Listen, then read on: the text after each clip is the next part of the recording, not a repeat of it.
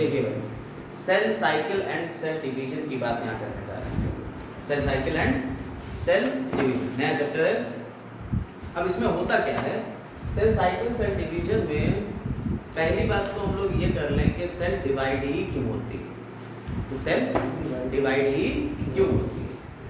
तो cell cycle cell division में सबसे पहले व्हाई सेल डिवाइड्स, कि एक सेल ने डिवीजन करना ही क्यों है। ठीक, आप देखिए आपने कुछ प्रोसेसेस पढ़े, जैसे ग्रोथ पढ़ी है, किसी सेल में ग्रोथ होती है, ठीक, और सेल के अंदर तो ग्रोथ हो रही, साइटोप्लाज्म बढ़ रहा होगा, लेकिन तुम्हारी जब ग्रोथ हो रही है तो क्या हो रहा है, तुम पूरे के पूरे नई सेल्स बढ़ा रहे हो अपने अंदर। तो नई सेल्स का फॉर्मेशन कैसे होगा, पुरानी सेल से ही होगा। आपने पढ़ा था ओमनिस सेलुला ई सेलुला, याद करिए, रुडोल्फ विर्कोव ने कहा था ओमनिस सेलुला ई सेलुला, यानी all cells arises from pre existing cells. ये बात ठीक। तो भैया ग्रोथ के लिए क्या होगा, सेल डिवीजन ही होगा। प्री एग्जिस्टिंग सेल से पहले वाली सेल्स थी, उन्होंने क्या करा, उन्होंने सेल डिवाइड करी और एक से दो सेल बन गई, तो ग्रोथ। रिपेयर, आप देखते हो कि आपकी चोट लग जाती है तो उस चोट का जो घाव भरता है वो बिल्कुल पुरानी सेल्स के जैसे ही भर जाता है, रिपेयर हो जाता है। ऐसे एक पेड़ में कहीं पे अगर चोट लग गई है, आपने मान लीजिए कोई डाल तोड़ दी, पत्ते तोड़ दिए, तो वहां पे कुछ स्पॉट बन जाते हैं, थोड़े दिन बाद वो रिपेयर हो जाते हैं, सही हो जाते हैं। ये कैसे हो रहा है, ये सेल डिवीजन से ही तो हो रहा है। ठीक, तो ग्रोथ हो गई, रिपेयर हो गया। रिप्लेसमेंट, रिप्लेसमेंट देखिए, एपिडर्मिस की सेल थी, ठीक, आपकी एपिडर्मिस की सेल थी, रूट की एपिडर्मिस, रूट की जो एपिडर्मिस होती है जमीन में होती, वो आगे रूट बढ़ेगी तो क्या होगा, वो टूट जाएगी, तो रिपेयर होना। और पुरानी वाली सेल्स रिप्लेस होएगी, उससे पुरानी वाली सेल्स रिप्लेस होएगी। आपके अंदर जो आपकी स्किन है, स्किन में देखते हो कि जब गर्मी वगैरह, जब मौसम चेंज होता है तो यहाँ पे ड्राइनेस आ जाती है, हाथ पे तो आप देखते हो तो छुटती है, स्किन छूटने लगती है, देखा है, वो जो स्किन छूट रही है तो क्या हो रहा है, जो ड्राइनेस है उसी के लिए तो आप तेल वेल लगाते हो, क्रीम लगाते हो, तो क्या हो रहा है, वो इसकी ड्राइनेस को मेंटेन कर रही, मॉइस्चर को मेंटेन कर रही क्रीम। तो अगर मॉइस्चर चला जा रहा है तो क्या हो रहा है, ये ड्राई होके स्किन बाहर निकलने लगती है। तो जो स्किन बाहर निकल रही है तो वो किस, उसके कौन रिप्लेस कर रहा है, नीचे से नई सेल्स रिप्लेस कर रही, नई नीचे से सेल्स आ रही, तो रिप्लेसमेंट के। ठीक, समझ में आई बात नहीं। ऐसे ही आपके अंदर लगातार आपकी ब्लड सेल्स, आरबीसी, डब्ल्यूबीसी, जिनका सबसे लाइफ स्पैन, आरबीसी जो होती हैं वो कितने दिन जिंदा रहती हैं, 120 दिन। आरबीसी आपके अंदर कितने दिन जिंदा रहती है, 120। तो 120 दिन बाद नई निकलना है तो रिप्लेस कर दी जाएगी पुरानी वाली से, नई वाली से पुरानी वाली रिप्लेस कर दी, तो रिप्लेसमेंट के लिए हो गया सेल डिवीजन। ठीक, इसके बाद growth, repair, replacement, reproduction. Reproduction में आपने देखा कि दो तरीके का रिप्रोडक्शन है, एसेक्सुअल और सेक्सुअल। दोनों ही टाइप के रिप्रोडक्शन में अगर एसेक्सुअल रिप्रोडक्शन है तो आइडेंटिकल टाइप की सेल्स बनना है, अपनी जैसी सेल्स बनना है, तभी तो रिप्रोड्यूस करेंगे। बॉडी कटिंग हो रही है तो नई सेल्स ही तो बनती है, फ्रेगमेंटेशन में उससे भी नया हो जाता है, विजन होता है उससे भी नया हो जाता है, रीजनरेशन में भी यही होता है। तो एसेक्सुअल रिप्रोडक्शन में भी हमें नई सेल्स का फॉर्मेशन कराना ही है। सेक्सुअल रिप्रोडक्शन, सेक्सुअल रिप्रोडक्शन में आप करते हो गैमीट का फॉर्मेशन। ठीक, अब अगर प्लांट्स को देखो तो गैमीट हैप्लॉइड होते हैं, 2n से n होता है, गैमीट कैसे हैप्लॉइड होते हैं। तो यहाँ पे जो एक मेन बॉडी थी, जो मेन बॉडी थी उससे गैमीट बने, यानी मान लो मेल की थी या फीमेल की थी तो मेल फीमेल गैमीट बन जाते हैं। मेल गैमीट और फीमेल गैमीट जब फ्यूज होते हैं तो क्या बनता है, इस प्रोसेस क्या कहते हैं, मेल फीमेल गैमीट जब फ्यूज होते हैं तो इस प्रोसेस को क्या कहते हैं, फर्टिलाइजेशन, है ना, फर्टिलाइजेशन। और बना क्या, जाइगोट। फर्टिलाइजेशन से क्या बन गया बेटा, जाइगोट बन गया। अब आपको पता है अगर ये प्लांट होते बेटा, अगर ये प्लांट होते और लोअर प्लांट होते तो जाइगोट से फिर आगे एम्ब्रियो बनता, जैसे ब्रायो और टेंटो में, और एम्ब्रियो से पहले बनता स्पोरोफाइट। याद करो, स्पोरोफाइट बनता, और स्पोरोफाइट से बनते स्पोर्स, और स्पोर होते मियोसिस से होता है। हाँ, यहाँ क्या हो जाती सेल डिवीजन होता, इससे 2n से n। यानी कि प्लांट बॉडी अगर गैमीट बना रही है तो अगर प्लांट बॉडी 2n है तो 2n से n गैमीट बनेगी, ठीक है। और अगर n है, अब इससे स्पोर से जो बनेगा पूरी बॉडी बन जाती है, आगे डेवलप होती है, इसे क्या कहते हैं गैमेटोफाइट। और गैमेटोफाइट में क्या बनते हैं गैमीट्स। आपको एनसीईआरटी की लाइन याद आई होगी, गैमेटोफाइट वो होते हैं जो गैमीट का फॉर्मेशन करते हैं। एनसीईआरटी में लिखा ब्रायोफाइट में साफ लिखा हुआ ही, लेकिन असल में ऐसा होता नहीं भाई, गैमीट तो 2n भी कर देते हैं, ठीक है। तो गैमेटोफाइट स्टेज आ गई, उससे गैमीट बन गए, एंथेरियोजाइट्स और एग। एंथेरियोजाइट्स जाके आर्चिगोनियम के अंदर एग से फर्टिलाइज कर जाएंगे, तो फिर फर्टिलाइजेशन हो गया, फिर से वही चीज फिर से चालू हो जाएगी। और अगर ये प्लांट ना होके एनिमल होता तो जाइगोट से बनता एम्ब्रियो, और एम्ब्रियो से आगे ये दो पार्ट में डिवाइड हो सकता था, या तो लार्वा बन जाता, प्यूपा बन जाता, और फिर एडल्ट बनता, लार्वा प्यूपा एडल्ट, या डायरेक्ट एडल्ट बन जाता, यानी नई बॉडी बन जाती। समझ में आई बात या नहीं? या तो लार्वा प्यूपा और एडल्ट, ठीक, या डायरेक्ट एडल्ट बन जाता। तो ये इनडायरेक्ट डेवलपमेंट और डायरेक्ट डेवलपमेंट हो जाता। रिप्रोडक्शन में यही तो पढ़ा था आपने, इन सब में नई सेल्स का फॉर्मेशन हो रहा है, और नई सेल्स का फॉर्मेशन हो रहा है तो यहाँ पे जब आइडेंटिकल टाइप की सेल्स बनेगी तो माइटोसिस, और जब क्रोमोसोम्स के नंबर चेंज होंगे तो मियोसिस। कितना याद रखिएगा। तो यहाँ पे देखिए ग्रोथ में आइडेंटिकल सेल बन रही है, इसमें भी आइडेंटिकल सेल बन रही है, इसमें भी आइडेंटिकल बनेगी, इसमें भी आइडेंटिकल। तो जहाँ आइडेंटिकल सेल बन रही है वहाँ कौन सा प्रोसेस होगा माइटोसिस। और जहाँ आइडेंटिकल नहीं, देखो ये 2n है और ये n है, क्रोमोसोम के नंबर चेंज हो गए, यहाँ मियोसिस हो जाएगी। सेक्सुअल रिप्रोडक्शन में अगर 2n से n बन रहा है, गैमीट फॉर्मेशन हो रहा है, गैमीट फॉर्मेशन डिप्लॉइड से हैप्लॉइड हो रहा है। आगे 2n और n क्या है ये भी हमने आपको बता चुके हैं। ये हैप्लॉइड अगर क्रोमोसोम्स पेयर में होते हैं, क्रोमोसोम्स पेयर में मिलते हैं, जैसे हमारे अंदर है 46 क्रोमोसोम है, 23 पेयर है बेटा। 23 पेयर का मतलब क्या हो गया, एक दो ये एक मेल का एक फीमेल का, यानी एक फादर का एक मदर का, फिर फादर का फिर मदर का, फिर फादर का फिर मदर का, ऐसे हमारे अंदर मिले। तो हम कैसे हो गए डिप्लॉयड हो गए 2n कंडीशन। और अगर सिर्फ एक मिलता क्रोमोसोम, जोड़ा ना मिलता, तो कैसा हो जाता हैप्लॉइड। 23 होते तो ये हैप्लॉइड कंडीशन, पेयर में ना होते तो ये हैप्लॉइड कंडीशन। बता चुके पहले, कोई दिक्कत इसमें नहीं। अभी क्योंकि ये सब चीजें आ रही हैं इसलिए एक रिव्यू होती है जरा, फिर आगे। इसके अलावा area volume ratio, area volume ratio maintain करने के लिए भी सेल डिवीजन हो रहा है एरिया वॉल्यूम रेशियो को मेंटेन करने। ये क्या है एरिया वॉल्यूम रेशियो, इसको भी देखिए। चलिए आप एक सेल मान लीजिए, एक सेल इसका 1 मीटर क्यूबिक फॉर्म में है, सेल क्यूबिक फॉर्म में, क्यूब मानना, यानी हर आर 1 सेंटीमीटर की, हर 1 सेंटीमीटर, 1 सेंटीमीटर, समझ में आया? तो इसका एक एरिया कितना हो गया एक सरफेस का 1 सेंटीमीटर स्क्वायर एरिया हो गया।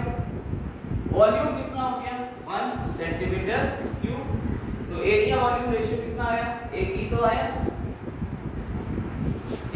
एरिया वॉल्यूम रेशियो जो है 1:1 का आया, यानी जितना तुम्हारा एरिया उतना ही वॉल्यूम, आराम से सफिशिएंट है। अगर सेल को कुछ खाने को चाहिए तो वो अपना आराम से इस एरिया से ले सकती है। वॉल्यूम क्या होता है? अंदर जितना एरिया ऑक्युपाइड कर रहा है उसका वॉल्यूम कहते हैं। तो सेल आराम से चीजों को ले सकती है और अपने अंदर से एक्सक्रीट करना है तो आराम से उसका सरफेस पे होती है, तो एक्सक्रीट कर सकती है। मान लो सेल का साइज बढ़ गया, सेल का साइज बढ़ गया और सेल हो गई 2 सेंटीमीटर। हर आर्म कितने की हो गई? अब 2 सेंटीमीटर की हो गई। सेल का साइज बढ़ गया तो एरिया कितना हो जाएगा?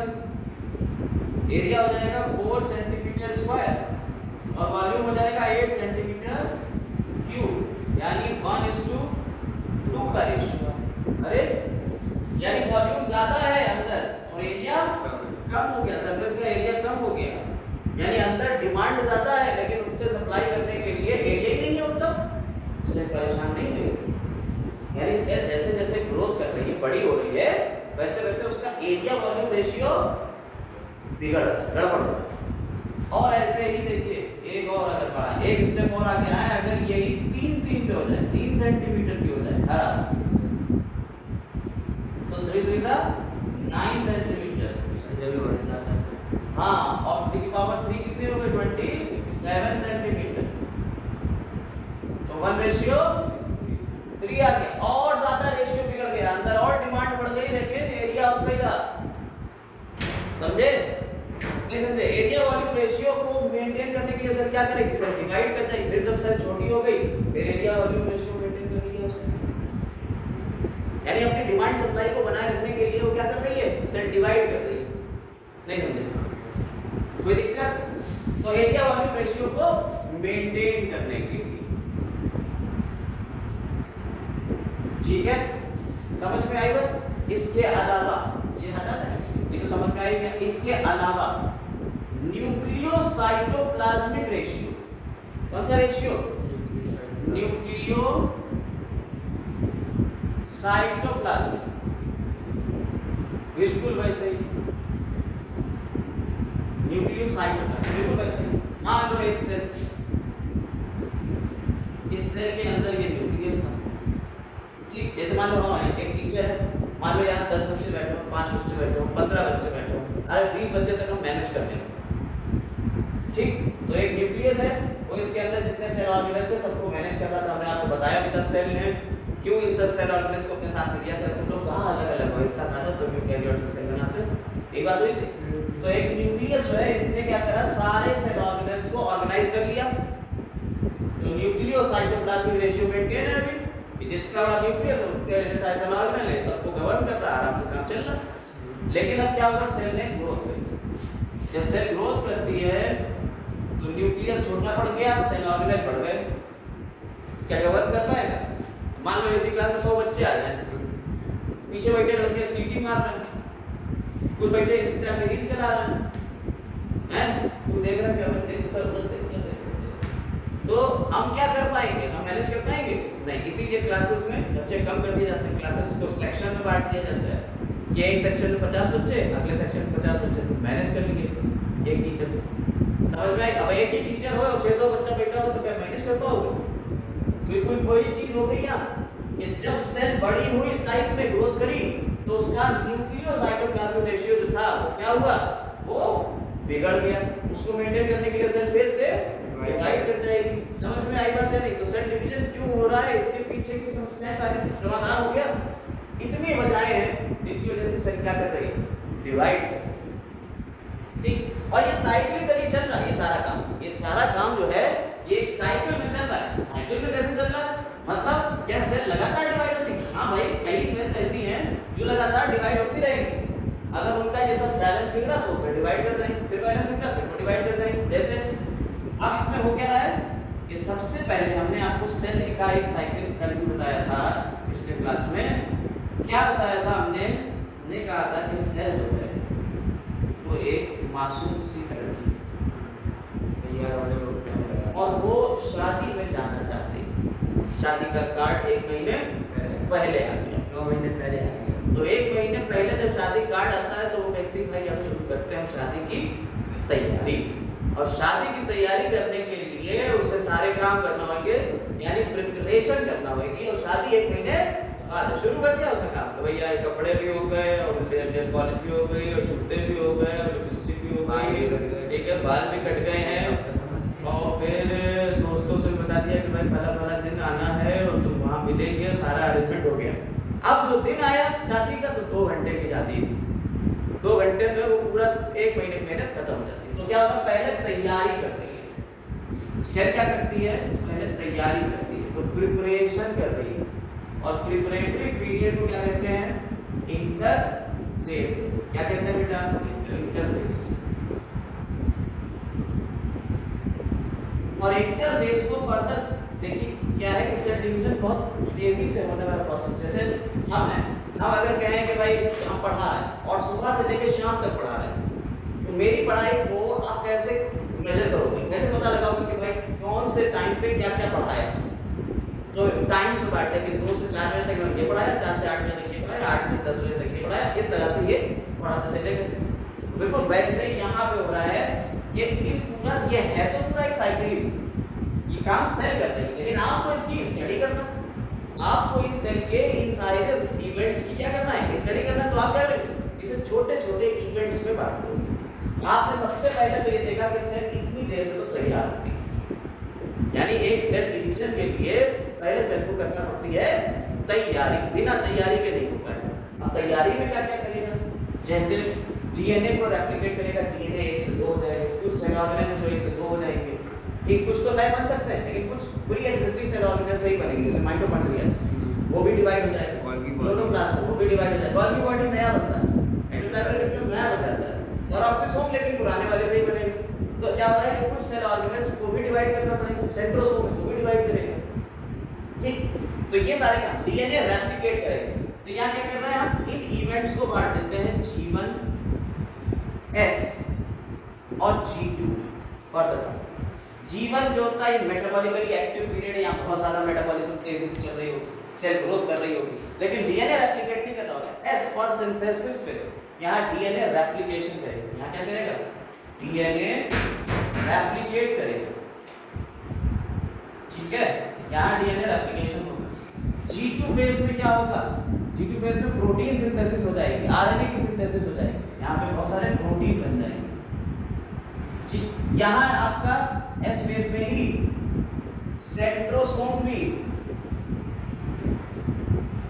उसमें भी क्या हो जाएगा, डुप्लीकेट हो जाएगा। कल बताया था ना, सेंट्रोसोम में डुप्लीकेट, सेंट्रोसोम में बताया था कि ये होता है एक सेंट्रोसोम, 2 ट्रिप्लोसोम होते हैं, यानी 2 सेंट्रियोल से मिलके और आगे सेंट्रोस्फीयर और इसके आगे एस्ट्रल बेस, ठीक। ये डबल हो जाएगा, डबल होने का मतलब ये इस कंडीशन में आ जाएगा, कोई दिक्कत इसमें नहीं।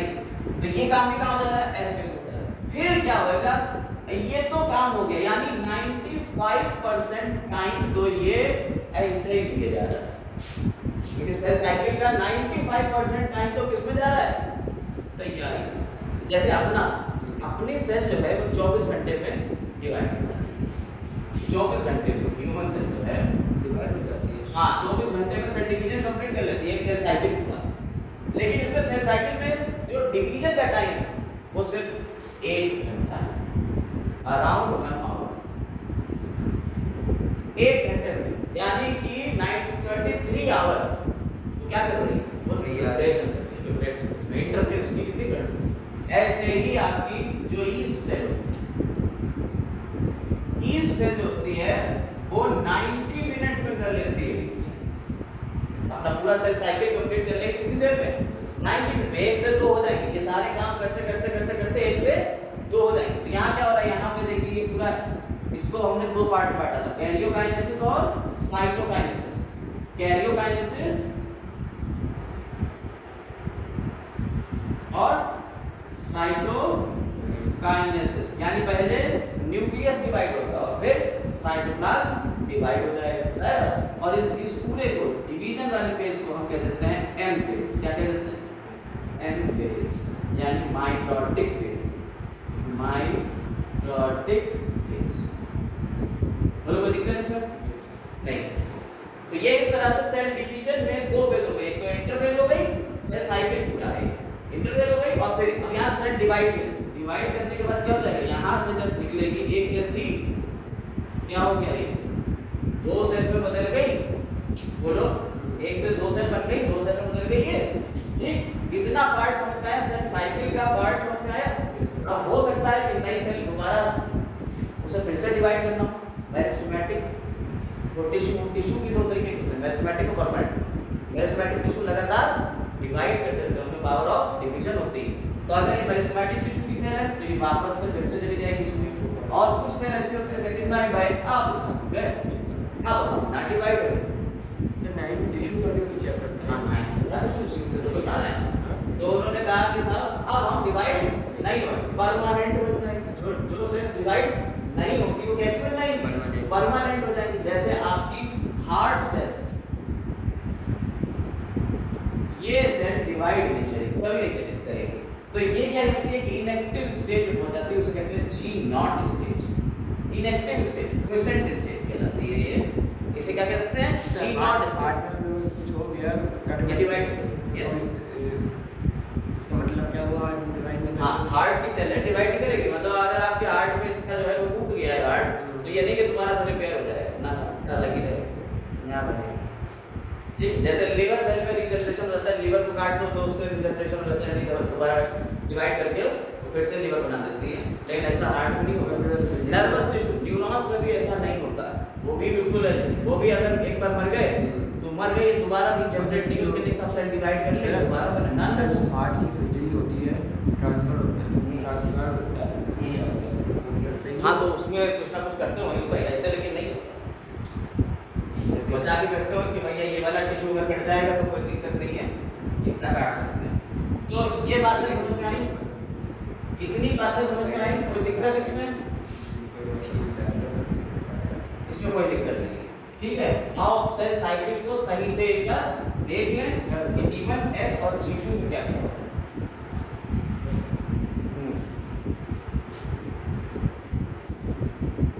हाँ, अब हमने यहाँ पूरा हमारा जो है जितना भी था सारा कंपाइल करके इसमें लिख दिया। देखो G1 फेज, G1 या गैप फर्स्ट फेज है। देखो हमने तो बनाया तीन फेज मतलब क्या, इंटरफेज। ये तुम्हारी इंटरफेज चल रही है और यहाँ से तुम्हारी कैरीकाइनेसिस साइटोकाइनेसिस एंड फेज हो गई, अभी पीछे बता चुके हैं। तो यहाँ क्या हुआ, G1 फेज में होता क्या है, देखिए G1 फेज होती है, पहली बात ये इंटरवल है between mitosis and initiation of DNA replication. S यानी सिंथेसिस फेज हो गई। सिंथेसिस फेज में डीएनए रेप्लिकेट करेगा। डीएनए रेप्लिकेशन में बता चुके थे, डीएनए से डीएनए का बनना, डीएनए रेप्लिकेशन या डुप्लीकेशन, ठीक। यानी कि यहाँ पे डीएनए अगर 2C होगा तो 4C हो जाएगा, डबल हो जाएगा। लेकिन क्रोमोसोम नहीं होगी, अभी उसके ऊपर चर्चा करेंगे थोड़ी सी। लेकिन यहाँ देखिए पहले तो इनिशिएशन होगा इंटरवल, तो यहाँ से आपकी एम फेज खत्म हुई और यहाँ से डीएनए रेप्लिकेशन शुरू हुआ।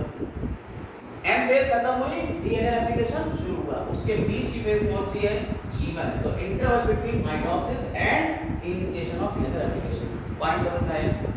कोई दिक्कत? चूंकि ये इंटरफेज का पार्ट है, इंटरफेज में प्रिपरेशन होता है, लगातार सेल क्या करती है, तैयार होती है, अपने आप को तैयार करती है। तो वहां पे यहाँ पे भी यही हो रहा है कि ये तैयार कर रही है, यानी कि मेटाबॉलिकली एक्टिव है और कॉन्टिन्यूअसली ग्रो कर रही है। मेटाबॉलिकली एक्टिव है और कॉन्टिन्यूअसली ग्रो कर रही है, लेकिन डीएनए रेप्लिकेशन नहीं हो रहा भाई। ये बात याद कर लीजिएगा, पॉइंट ऐसा बन के आ सकता है। इन पॉइंट से डायरेक्ट क्वेश्चन आए हुए हैं, इसीलिए पॉइंट लिखे हैं। ये कोई भी पॉइंट ऐसा फालतू नहीं है, हर एक पॉइंट जो भी हमने लिखे हैं ये पॉइंट उठा के क्वेश्चन में उन्होंने पुट कर दिए, इसलिए हो गए पॉइंट यहाँ पे लिखे हैं। यहाँ बेसिकली प्रोटीन और आरएनए की सिंथेसिस होती है, नॉन हिस्टोन प्रोटीन्स यहाँ बनती हैं। ये लिखा है इन्होंने एनसीईआरटी में, तो नॉन हिस्टोन प्रोटीन बनेगा, आरएनए बनेगा। हिस्टोन प्रोटीन और नॉन हिस्टोन प्रोटीन हमने आपको बताया था जब क्रोमोसोम बता रहे थे, क्रोमोसोम कैसे बनता है, हिस्टोन प्रोटीन के ऊपर ही बना रहता है। तो अब क्या हो रहा है यहाँ पे एस फेज या सिंथेसिस फेज में, जरा देखिएगा इसको थोड़ा डिटेल में बताएंगे कुछ बातें। यहाँ लिखा हुआ है 2C अगर डीएनए है तो 4C हो जाएगा, एनसीईआरटी की ये लैंग्वेज है। C क्या, देखिए C वैल्यू क्या होती है, ये याद रखिए C वैल्यू। आपकी सेल के अंदर जितना डीएनए का कंटेंट होता है उस पूरे को मिला के हम सी वैल्यू कहते हैं। डीएनए की सी वैल्यू का मतलब क्या है कि किसी सेल के अंदर कितना डीएनए का टोटल कंटेंट है। क्लियर हुआ? तो अगर 2C है यहाँ पे, तो 2C है, डीएनए रेप्लिकेट करेगा यानी डबल होगा तो कितना हो जाएगा 4C। समझ में आई बात या नहीं? दुगना हो गया कौन? डीएनए, ना कि क्रोमोसोम। याद रखिएगा क्रोमोसोम 2n है तो वो 2n ही रहेंगे G2 तक, यानी सिंथेसिस फेज के बाद भी यानी G2 फेज में भी कितने रहेंगे 2n ही रहेंगे। यानी कि 46 क्रोमोसोम थे तो भाई 46 हो जाएंगे, लेकिन क्या हो जाएगा क्रोमोसोम के ऊपर डीएनए बढ़ जाएगा, इसमें डीएनए बढ़ जाएगा। लेकिन ये क्या क्रोमोसोम का नंबर बढ़ जाएगा? ना ना ना ना बेटा, ये बात याद रखना पड़ेगा। क्रोमोसोम डिवाइड नहीं होंगे, डीएनए डिवाइड होंगे, डबल हो जाएगा। बात समझ में आ गई? ये पॉइंट बहुत इंपॉर्टेंट है, यहाँ से याद रखिएगा। यानी जब तक प्रोफेज तक क्रोमोसोम का कोई डिवीजन नहीं होता, मेटाफेज तक क्रोमोसोम का कोई डिवीजन नहीं होगा, एनाफेज से क्रोमोसोम डिवाइड होना शुरू हुए, यहाँ तक भाई कोई डिवीजन नहीं होता। हमने आपको बताया था कि 4 पार्ट में बांटी गई कैरियोकाइनेसिस। ये डिवीजन जो हो रहा है एम फेज को कैरियोकाइनेसिस और साइटोकाइनेसिस में बांट दिया गया। सेल चैप्टर का जो लास्ट पार्ट था उसमें हमने आपको यही बात बताई थी क्रोमोसोम बनते कैसे हैं, कब बनते हैं और क्या क्रोमोसोम का पूरा स्ट्रक्चर होता है। हालांकि उनको थोड़ा बहुत और डिस्कस करेंगे यहाँ पे, लेकिन ये आपकी कैरियोकाइनेसिस होती है यानी न्यूक्लियस डिवाइड होगा तो प्रोफेज, मेटाफेज, एनाफेज और टेलोफेज में, फिर साइटोप्लाज्म डिवाइड होगा। हमने आपको बताया या तो सेल प्लेट बन जाएगी, सेल वॉल बन जाएगी, या सेल जो है वो कुछ इस तरीके से डिवाइड हो जाएगी। ये साइटोकाइनेसिस होगी। इसके बाद 2 सेल बन जाते हैं और 2 सेल बनने के बाद हमने आपको क्या बताया, अभी बताया। यहाँ पे देखिए पहले सिंथेसिस फेज। सिंथेसिस फेज में यहाँ पे 2C और 4C होते हैं। इस कॉन्सेप्ट को आप यहाँ समझ गए कि सी वैल्यू क्या है, 2C से 4C हो गया, डीएनए रेप्लिकेट करता है इसीलिए 2C से 4C हो गया। क्लियर? और अगर यहाँ ये एक एनिमल सेल होगी तो सेंट्रियोल भी यही डुप्लीकेट करेगा। सेंट्रोसोम जिसे बोल रहे हैं, सेंट्रोसोम में सेंट्रियोल्स जो होते हैं वो 2 होते हैं। एक सेंट्रोसोम तो यहाँ सेंट्रियोल कितने हो जाएंगे? 4 हो जाएंगे, डुप्लीकेट करते हैं, डबल। इसके बाद G2 फेज आती है। इसमें क्या होता है? इसमें प्रोटीन्स जो बचे प्रोटीन है उनकी सिंथेसिस होती है, आरएनए की सिंथेसिस होती है और सेल ग्रोथ करती रहती है। भाई आपको पता है कि ये इंटरफेस तक तो सेल ग्रोथ करेगी ही करेगी, यहाँ से लेके यहाँ तक तो सेल ग्रोथ कर ही रही है। कोई दिक्कत इसमें? यानी सेल बड़ी हो रही है, साइटोप्लाज्म बड़ा हो रहा है, सारे सेल ऑर्गेनेल 2-2 हो रहे हैं, ये सारा काम चल रहा है। लेकिन ये खास इवेंट्स है जिसमें हमने इसे बांटा है। ठीक, सबसे बड़ी G1, फिर उसके बाद G2, फिर G1, फिर S, फिर G2। ठीक, ऐसे करके हमारी इंटरफेस को 3 पार्ट में बांट दिया। अब इसके बाद जब हम बात करें कि भाई ये सेल डिवाइड हो चुकी, डिवाइड होने के बाद ये सेल वापस से, अगर ये मेरिस्टेमेटिक सेल है यानी कि डिवीजन वाली है, जिसमें डिवीजन होता है, 2 तरह के टिश्यू होते हैं, मेरिस्टेमेटिक टिश्यू होता है, दूसरे परमानेंट टिश्यू। परमानेंट टिश्यूज में पावर ऑफ डिवीजन खत्म हो जाती है, मेरिस्टेमेटिक टिश्यू में पावर ऑफ डिवीजन रहती है, यानी कि इसके अंदर पावर ऑफ डिवीजन है, फिर से डिवाइड करना चाह रही है। एक बार G1 फेज में जो सेल घुसी तो भाई साहब ये 1 से 2 होके निकलेगी, ये बात समझ लो। G1 फेज में अगर एक बार सेल चली गई, सेल G1 फेज में जाने का मतलब है सेल के अंदर अगर ये वाले प्रोसेस शुरू हो गए डिवीजन के, तो भाई साहब फिर ये डिवाइड होके निकलेगी, 1 से 2 बन के निकलेगी। ठीक, अब क्या हो रहा है? तो अगर सेल G1 फेज में नहीं है, नहीं साहब हम तो परमानेंट सेल हैं, हम कैसे सेल परमानेंट बनेंगे, अब हम नहीं डिवाइड करेंगे, तो वो एक इनएक्टिव स्टेज चली जाएगी, क्वेसेंट स्टेज कहते हैं इसे। ये रूट में आपको रूट की टिप पे यहाँ पे देखने को मिलता है एक सेंटर, क्वेसेंट सेंटर कहलाता है, उसमें ये सेल ऐसे ही पड़ी रहती है क्वेसेंट स्टेज। जैसे ही रूट के हेयर में जैसे ही कोई इंजरी हुई, ये सेल लगातार डिवाइड करेगी और फिर से जाके तुरंत से बन, यानी कि अभी तक तो सोई पड़ी थी, लेकिन जैसे ही जरूरत पड़ी अरे डिवाइड कर जाना, डिवाइड कर देना। समझ में आई बात है? नहीं? तो ये क्वेसेंट स्टेज है, G0 स्टेज कहलाती है, G0 फेज कहलाती है। Cell remains metabolically active, metabolically active, metabolism चल रही, खा पी रही, आराम से रह रही, but no longer proliferate. Proliferate यानी कि बढ़ेगी नहीं, यानी सेल डिवाइड नहीं करेगी unless called to do so, जब तक उसे ये करने के लिए बोला नहीं जाए। जब तक नहीं बोला जाएगा तब तक वो डिवाइड नहीं होएगी। क्लियर हो गई बात? यहाँ तक बात समझ में आई? अब हमने आपको बताया कि कुछ ऐसी सेल्स हैं जिसमें परमानेंट हो जाती हैं, वो कभी डिवाइड नहीं होती है, एक बार बन गई तो फिर वो परमानेंट रहेगी। जैसे ह्यूमन हार्ट सेल होती है, ह्यूमन हार्ट सेल है, उसमें कभी ये डिवीजन नहीं होएगा। और आपके न्यूरॉन्स जो होते हैं उनमें भी ये काम कभी नहीं होता है, ठीक। इसके अलावा बात करी जाए तो in animals mitotic cell division is seen only in diploid somatic cells. Animals में ये जो डिवीजन होगा माइटोसिस किसमें होगी? सिर्फ और सिर्फ डिप्लॉइड सोमैटिक सेल्स और गैमेटिक सेल्स, दो तरह के सेल्स। जिससे गैमीट बन रहा है, रिप्रोडक्शन हो रहा है, वो गैमेटिक सेल्स। जैसे तुम्हारी बॉडी में आँख, कान, नाक, मुंह, गला जो भी है, जबान, इस सब की सेल्स कौन से सेल? Somatic cells. यानी जो ऊपर से आपको बॉडी दिख रही है पूरी बॉडी की सेल्स कौन से सेल्स हैं? Somatic cells. तो सोमैटिक सेल्स 2 हैं, डिप्लॉइड है तभी ये क्या कर रही है? माइटोसिस कर रही है। हैप्लॉइड होती तो माइटोसिस नहीं होती। लेकिन एक ऐसा एनिमल जिसमें हैप्लॉइड सेल भी माइटोसिस करती हैं वो है हनी बी। हनी बी में हमने आपको बताया था ड्रोन, क्वीन होती है, वर्कर होता है और ड्रोन होता है। ड्रोन की हमने बात बताई थी। ड्रोन हैप्लॉइड होता है, कैसा होता है? हैप्लॉइड होता है ड्रोन, और ये डायरेक्ट गैमीट बनाता है स्पर्म। हैप्लॉइड है, माइटोसिस से ही स्पर्म बनाएगा क्योंकि डिप्लॉइड तो है नहीं। लेकिन ये एक एक्सेप्शन है कि एनिमल सेल में ज्यादातर तो डिप्लॉइड सेल ही माइटोसिस शो कर रही है। लेकिन हनी बीज के ड्रोन में क्या हो रही है? माइटोसिस हो रही है, लेकिन हनी बी का ड्रोन कैसा है? हैप्लॉइड। लेकिन प्लांट्स में ये काम दोनों में हो जाता है, हैप्लॉइड में भी और डिप्लॉइड। प्लांट में हैप्लॉइड सेल्स भी आपने देखी, जैसे एल्गी वगैरह में हैप्लॉइड होती है तभी माइटोसिस हो रही होती है, और डिप्लॉइड है जैसे कि प्लांट के जो भी प्लांट सेल है, एंजियोस्पर्म्स हैं, जिम्नोस्पर्म हैं, उनमें आराम से डिप्लॉइड होने का हो रहा है। अब क्या हो रहा है? अब इसके बाद ये तो इंटरफेस की सारी बातें लोगों ने कर दी। इसके बाद अगले पार्ट में हम लोग बात करेंगे प्रोफेज, मेटाफेज, एनाफेज, सिनोफेज की, यानी माइटोसिस। मियोसिस की नहीं, माइटोसिस की। तो आधा चैप्टर यहाँ खत्म हो जाएगा आपका जब हम ये बात कर लेंगे, ठीक है। अभी 1/3 चैप्टर, ठीक, चलो।